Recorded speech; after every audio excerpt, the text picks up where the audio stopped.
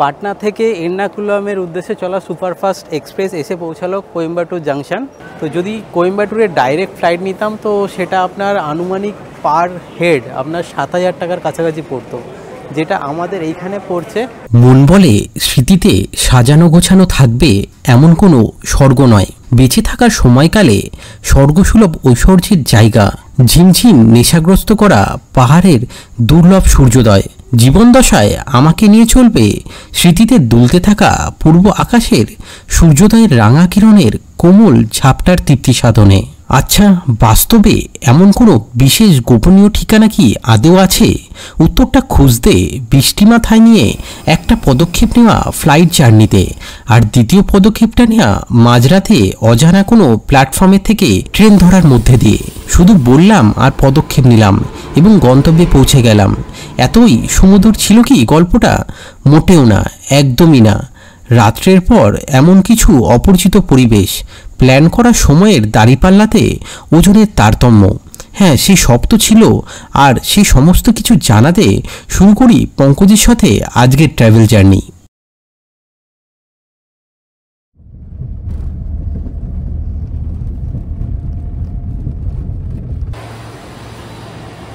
Welcome to travel journey. আর আজকের জার্নির গল্পটা শুরু হচ্ছে আমাদের কলকাতা এয়ারপোর্ট থেকে। নেতাজি সুভাষচন্দ্র বসু ইন্টারন্যাশনাল এয়ারপোর্টে আমি এই মুহূর্তে দাঁড়িয়ে রয়েছি, আর এখান থেকেই আমাদের আজকের উটি জার্নি শুরু হচ্ছে। এন্ট্রি করার সাথেই এই যে দেখতে পাচ্ছেন ইন্ডিগোর এটা আপনার কাউন্টার, এর সাথে সাথে প্রত্যেকটা এয়ারলাইনের এখানে আপনার কাউন্টার রয়েছে। আমাদের ইন্ডিগোর এয়ারলাইন। তো চলুন আগে আমাদের যে চেক ইন ব্যাগেজ সেটা দিয়ে দিই। তো এটা হচ্ছে ইন্ডিগোর আমাদের কাউন্টার, এখানে আমরা চেক ইন ব্যাগেজটা দিয়ে দেবো, আর কেবিন ব্যাগেজটা আমাদের সাথেই থাকবে। চেক ইন ব্যাগ নির্দিষ্ট কাউন্টারে জমা দেওয়ার পরবর্তী স্টেপ হলো সিকিউরিটি চেক ইন, যেখানে ক্যামেরা ভিডিওগ্রাফি তো নিষিদ্ধ এবং সাথে আপনি কি নিষিদ্ধ দ্রব্যাদি নিয়ে এসেছেন তার তল্লাশি করা হয় এই স্টেপটিতে। আমাদের সিকিউরিটি চেক ইন চলাকালীন আপনারা একটু দেখে নিন কলকাতা এয়ারপোর্টে আপনারা কি সুযোগ সুবিধা পাবেন। আন্তর্জাতিক মানের এই এয়ারপোর্টে রয়েছে উপর থেকে নিচে যাতায়াতের জন্য লিফট, এয়ারপোর্টের ভেতরে হাঁটার সময় কমানোর জন্য চলমান লিফট, এছাড়া রয়েছে ব্যাটারি কার যার সাহায্যও নিতে পারেন। সিকিউরিটি চেক ইন করে এতগুলো ক্যামেরা গ্যাজেট নিয়ে চেক ইন করাটা মানে সত্যি একটা আলাদা ব্যাপার। মানে সিকিউরিটি চেক ইনেই তো আধ ঘন্টা চলে গেল, ঘড়ির কাটা এখন 8:30, আর আমাদের বোর্ডিং গেট পড়েছে 103, যেটা আপনার লিফটে করে আমাদের চলে আসা নিচের তলায়। এখানে বোর্ডিং শুরু পর্যন্ত আবারও কিছুক্ষণে অপেক্ষা। কলকাতা থেকে চেন্নাইয়ের উদ্দেশ্যে আমাদের এই ফ্লাইট জার্নি যেটা শেষ হবে উটি গিয়ে, তো সেই জার্নিতে এই কলকাতা থেকে চেন্নাইয়ের জন্য যাওয়ার এই অভিজ্ঞতা, যারা অনেকেই হয়তো চেন্নাই ফ্লাইটে যান একটু তাড়াতাড়ি পৌঁছানোর জন্য, চিকিৎসার পরিষেবার জন্য অথবা কাজের জন্য, তাদের একটা আইডিয়া অবশ্যই পাওয়া গেলেও যেতে পারে। এইখানে এয়ারপোর্টে ঢোকা মাত্রই ডিজি যাত্রী যে পরিষেবাটা চালু হয়েছে সেটা কিন্তু আমার খুবই ভালো লাগলো। এখানে আপনার কোনো আলাদাভাবে আপনাকে ডকুমেন্টস দিতে হচ্ছে না, আপনি একবার শুধু বায়োমেট্রিক যদি স্ক্যান করে নেন, ওখানে আপনার একটা হেল্প এজেন্টও রয়েছে যারা কিন্তু এটা আপনাকে যদি আপনি নাও পারেন আপনাকে হেল্প করে দিচ্ছে। তো জাস্ট ওখানে আপনি যদি করেন ওখানে একটা বেনিফিট পাচ্ছেন, প্লাস আপনি যখন সিকিউরিটি চেক ইন যাচ্ছেন ওখানে কিন্তু আলাদা করে আপনাকে ডকুমেন্টস বা কিছু দেখাতে হচ্ছে না, আপনি দাঁড়ালেই আপনার বায়োমেট্রিক স্ক্যান করে কিন্তু সেটা আপনি এন্ট্রি পেয়ে যাচ্ছেন। তো ভিআইপি একটা পরিষেবা। এয়ারপোর্ট চত্বর তো ঝা চকচকে, এখানকার ওয়াশরুম থেকে শুরু করে খাওয়া দাওয়ার অ্যারেঞ্জমেন্ট সব কিছু। আর এখানে আপনার লাউঞ্জেরও অপশন রয়েছে, যেটা এইবারে আমরা এখানে কলকাতা এয়ারপোর্টে এক্সপ্লোর করছি না, আগের বারে আমাদের যখন গোয়ার জার্নি হয়েছিল তখন করেছিলাম। তো আমি লিঙ্ক দিয়ে দিলাম, যদি কেউ 2 টাকা বা 25 টাকায় বা কার্ডে বিনামূল্যে খাবার খেতে চান এয়ারপোর্ট লাউঞ্জে, তো তারা দেখতে পারেন ভিডিও লিঙ্কটায় গিয়ে। আর এর সাথে জানিয়ে রাখি যে এয়ারপোর্টে আপনার প্রত্যেকটা জায়গায় জায়গায় ফ্লাইটের আপনার যে টাইমিং সেটা দিচ্ছে। যেমন আমাদের ফ্লাইটের টাইম ছিল রাত 9টা, যেটা ডিলে হয়ে রাত 9:30 হয়েছে। তো সেরকমভাবে ফ্লাইটের টাইমগুলো আপনারা দেখতে পারবেন। আর এখানে আপনার লাউঞ্জের ছাড়াও আপনি চাইলে বিভিন্ন খাবার যেমন পিৎজা হাট, অন্যান্য ফুড কোর্টগুলোও কিন্তু রয়েছে, সেখান থেকেও খাওয়া দাওয়া করতে পারেন। আর যদি চান ওয়াশরুমও কিন্তু এখানে প্রত্যেকটা পয়েন্টে, মানে বোর্ডিং পয়েন্ট থেকে শুরু করে আপনার প্রত্যেকটা পয়েন্টে ওয়াশরুম অ্যাভেলেবেল।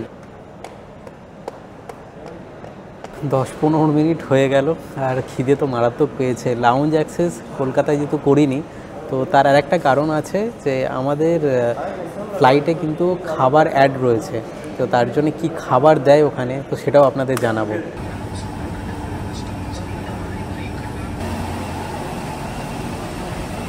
এয়ারপোর্টের ভিতর বসে বোঝা যাচ্ছিল না যে বাইরে বৃষ্টির প্রভাব কতটা।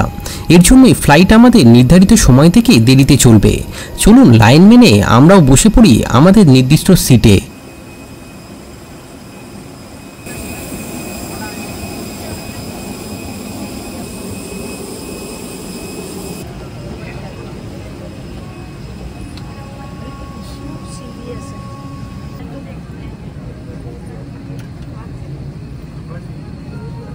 ঘড়িতে সময় আপনার 10টা 10, আর আমাদের ফ্লাইটের টাইম ছিল রাত 9টা। তো 1 ঘন্টা 10 মিনিট অলরেডি লেট, কিন্তু এখনও বলতে পারছে না যে কটায় ফ্লাইট ছাড়বে। তো এই আমাদের সিটিং অ্যারেঞ্জমেন্ট এই ফ্লাইটে, আর তার সাথে ওয়াশরুমটাও আপনাদের দেখিয়ে দিচ্ছি, দেখে নিন। তো এখানে যারা ফ্লাইটে যারা ওয়াশরুম ইউজ করতে চান তো তারাও করতে পারবেন। আর আমাদের তো সিট নাম্বার 9DEF, যার একটি উইন্ডো, একটি মিডিল, একটি অ্যাসাইল সিট, যার উইন্ডো সিটে কবজা বসিয়েছে অর্চিষ্মান বাবু। আর আমাদের সঙ্গী প্যাসেঞ্জাররাও ব্যস্ত তাদের সিট খুঁজতে ও লাগেজ কেবিনে ব্যাগপত্র ঠেসে ঠেসে গুঁজতে।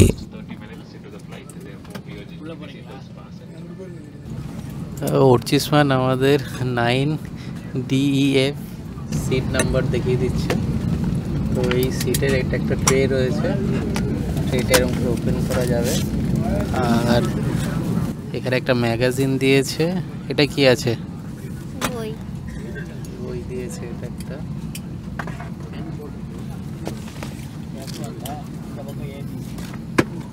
অর্চিষ্মানের মতন আমার সিটের সামনেও রয়েছে সেম টু সেম পরিষেবা।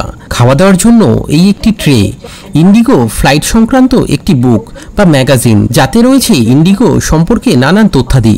চাইলে সময় খরচ করতে পারেন এই ডিটেলস জানার জন্য। এর মধ্যে আমাদের জানানো হচ্ছিল সিকিউরিটি এবং এই সংক্রান্ত নানান বিবিধ, যার একটি বুকলেটও রয়েছে এই সিটের সামনেও।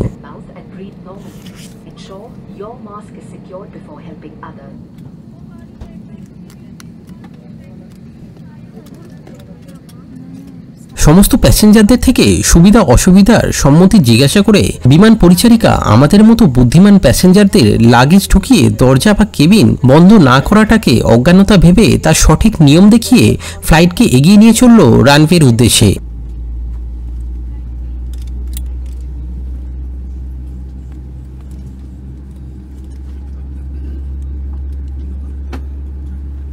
और अधिक 10টা 25 আর ফ্লাইট আমাদের টেক অফ করার জন্য একদম রেডি।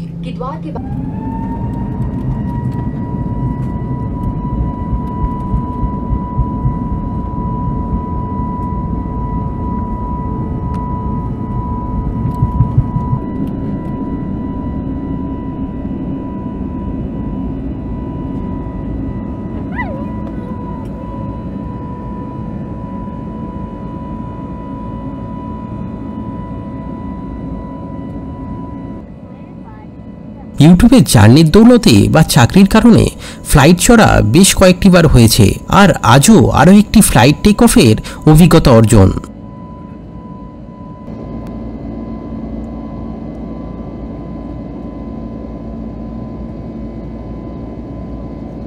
দূর থেকে দূরে অস্পষ্ট হয়ে যাওয়া আমাদের কলকাতা শহরের থেকে কয়েকটি দিনের বিরতি।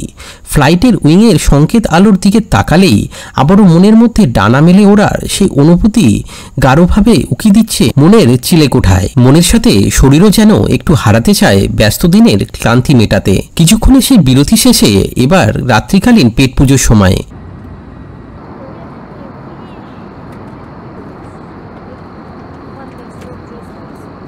রাত্রের আমাদের যে ফ্লাইটে যে টিকিট ছিল তার সাথে অ্যাপ্রক্সলি 300 টাকা মতো আমাদের খাবারের জন্য প্রতিজনের একটা খরচা পড়েছে।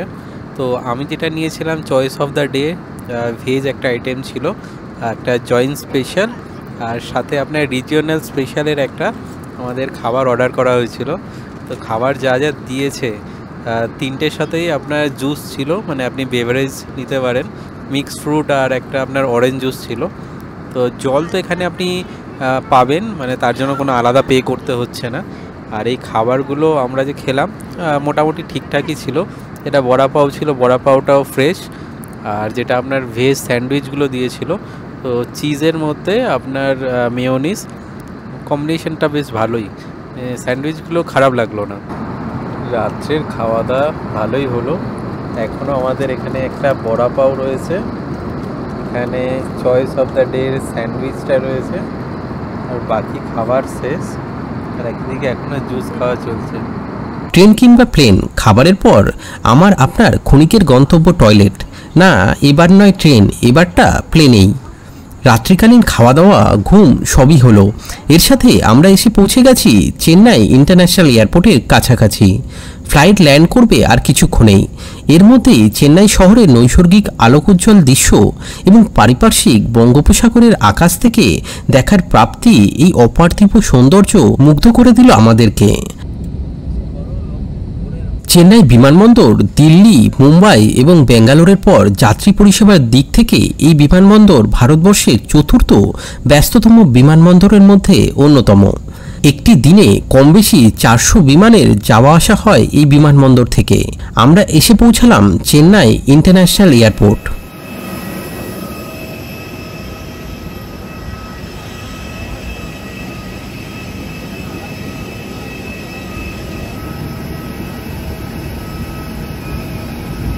'তামিলনাড়ু রাজ্যের রাজধানী শহর চেন্নাই, যার পূর্ববর্তী নাম ছিল মাদ্রাজ।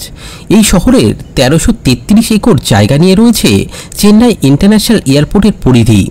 চেন্নাই বিমানবন্দরে টার্মিনাল 2 থেকে ডোমেস্টিক বিমানের আসা যাওয়া হয়ে থাকে এবং টার্মিনাল 3 ও 4 থেকে ইন্টারন্যাশনাল বিমানের আসা যাওয়া হয়। ঝাঁচকচকে এই বিমানবন্দরে অন্যান্য বিমানবন্দরের মতো আধুনিক সুযোগ সুবিধা মোতায়েন রয়েছে।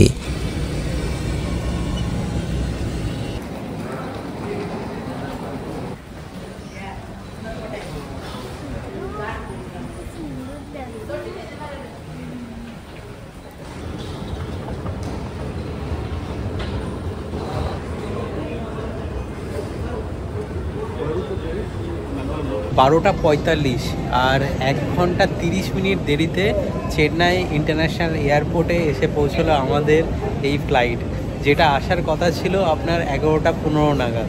এবার এখান থেকে আমাদের যেতে হবে পেরাম্বুর। পেরাম্বুরে আমাদের রয়েছে কানেক্টিভ ট্রেন, যেটা পাটনা থেকে এর্নাকুলাম পর্যন্ত যাবে। তো আমাদের ডেস্টিনেশন হবে কোয়েম্বাটুর। তো আপাতত ব্যাগেজটা জাস্ট কালেক্ট করবো এখান থেকে, আর ঘড়িতে মানে সময় 1 থেকে 1.5 ঘন্টা আর মধ্যেই আশা করছি পৌঁছে যাব পেরাম্বুর। তো দেখি কি পাওয়া যায় এখানে। 6E723 কলকাতা থেকে চেন্নাই ইন্টারন্যাশনাল এয়ারপোর্টে উদ্দেশ্যে চলা আমাদের এই ফ্লাইট তার নির্ধারিত সময় থেকে আনুমানিক আপনার 1.5 ঘন্টা দেরিতে পৌঁছালো এই চেন্নাই ইন্টারন্যাশনাল এয়ারপোর্টে। আর এখান থেকে আমাদের ব্যাগেজটা আমরা কালেক্ট করব। কালেক্ট করে এখান থেকে আমরা যাব পেরাম্বুর। পেরাম্বুর থেকে আমাদের কানেক্টিভ ট্রেন রয়েছে, যেটা করে আমরা পৌঁছাবো কোয়েম্বাটুর। আর যদি বলেন যে এইখানে মানে চেন্নাই থেকে কেন যাচ্ছি, কোয়েম্বাটুরে যদি আমি ডাইরেক্ট ফ্লাইট নিতাম তাহলে আমার পার হেড পড়তো 7,000 টাকার কাছাকাছি, যেখানে আপনার চেন্নাই হয়ে যদি আমি যাই, যেটা আমার পার হেড মোটামুটি 5.5 থেকে 6,000 টাকার মধ্যে হয়ে যাচ্ছে। আর তার মধ্যে জানিয়ে রাখি, এই চেন্নাই থেকে পেরাম্বুর যে স্টেশন, তার ডিস্টেন্স আপনার আনুমানিক 40 মিনিট মতো, 23 কিলোমিটার দেখাচ্ছে। তো দেখি এখান থেকে বাইরে গিয়ে উবার বা অটো কি পাওয়া যায়।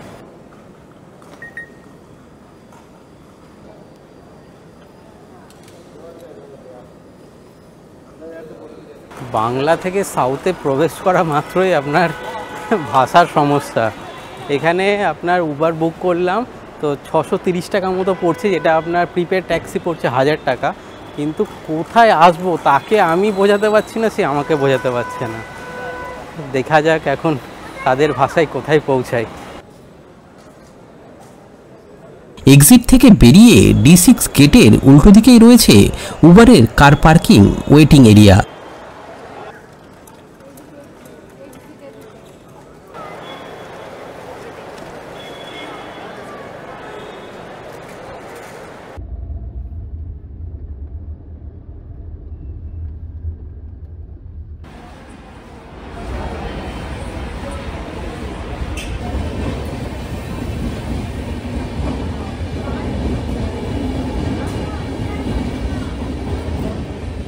ঘড়ির কাঁটায় আপনার 2:18 সময় আমরা এসে পৌঁছাই এই পেরাম্বুর স্টেশনে, যেটা আপনার এয়ারপোর্ট থেকে মিনিট 40-এর ডিস্টেন্সে রয়েছে।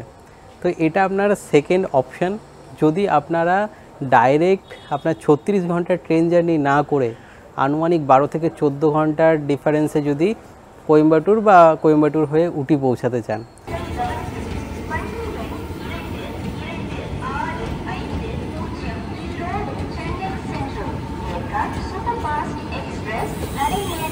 পেরাম্বুর থেকে তো বলেইছি যে আমাদের ট্রেন রয়েছে, যেটা পাটনা থেকে এর্নাকুলাম এক্সপ্রেস 22644, যার টাইমিং এখানে রয়েছে 3টের সময়, কিন্তু 1 ঘন্টার কাছাকাছি লেট চলছে। তো 4টের সময় আসার কথা। তো আমরা ওয়েট করছি এখানে। এই দেখতে পাচ্ছেন স্টেশন চত্বর। স্টেশনে কিন্তু প্যাসেঞ্জার ভালোই রয়েছে এই ট্রেনটার জন্য। তো যদি আপনার মনে হয় যে একদম ফাঁকা স্টেশন, এই স্টেশনটা খুব একটা পরিচিত না, তো সেরকম কিছু না। অনেক প্যাসেঞ্জার দেখলাম যারা এই ফ্লাইটে করে এসেও কিন্তু এই ট্রেনটা ধরবে, যাতে খরচাটা একটু বাঁচে। কারণ আমার 3 জনের ফ্লাইটের খরচা 24,000-এর কাছাকাছি হয়ে যাচ্ছিল, যেটা এখানে আপনার মোটামুটি আমার 16 থেকে 18,000-এর মধ্যে হয়ে গেছে। বর্তমানে আমাদের এই ট্র্যাভেল জার্নিতে এখনও পর্যন্ত সাহস হচ্ছে না সেই 24,000-এর ধাক্কা সহ্য করার। তাই এই ব্রেক জার্নি। আর এখন ট্রেন আসবে, আমরা মোটামুটি রাত জেগেই রয়েছি। এখন ভোর হতে চললো, ট্রেনে উঠব, কিছুটা রেস্ট নেব, আর তারপরে যেখান থেকে ট্রেন জার্নি আবার দেখানো হবে তো আপনাদের সাথে জয়েন করছি।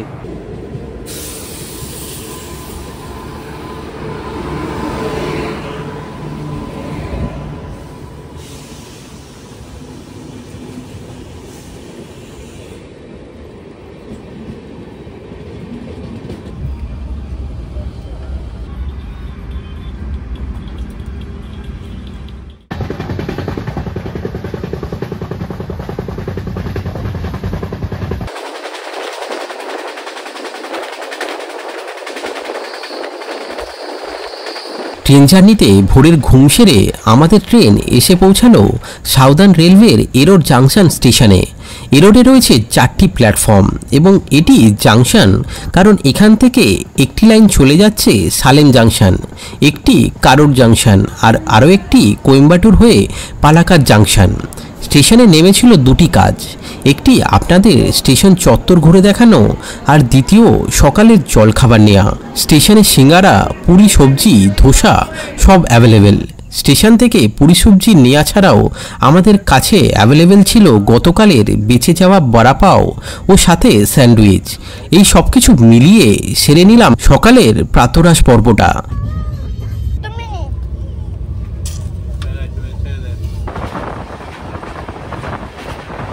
এসে পৌঁছালাম আমাদের উটি ভ্রমণের প্রথম গন্তব্য কোয়েম্বাটুর রেলওয়ে স্টেশন।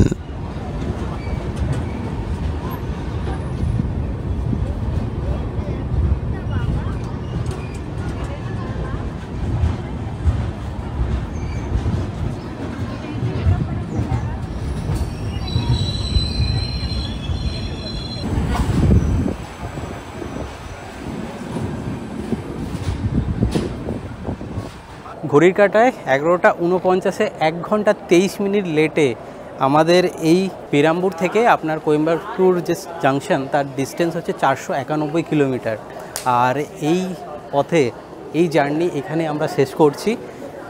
যদি আপনি ট্রেন জার্নি পুরো না করে এরকম ব্রেক জার্নি করে আসতে চান, যেখানে আমাদের আনুমানিক 17 ঘন্টা মতো লাগলো কলকাতা থেকে কোয়েম্বাটুর আসতে, এবং এখান থেকে অবশ্যই আমরা যাব উটি, যার অভিজ্ঞতা থাকবে পরবর্তী এপিসোডে।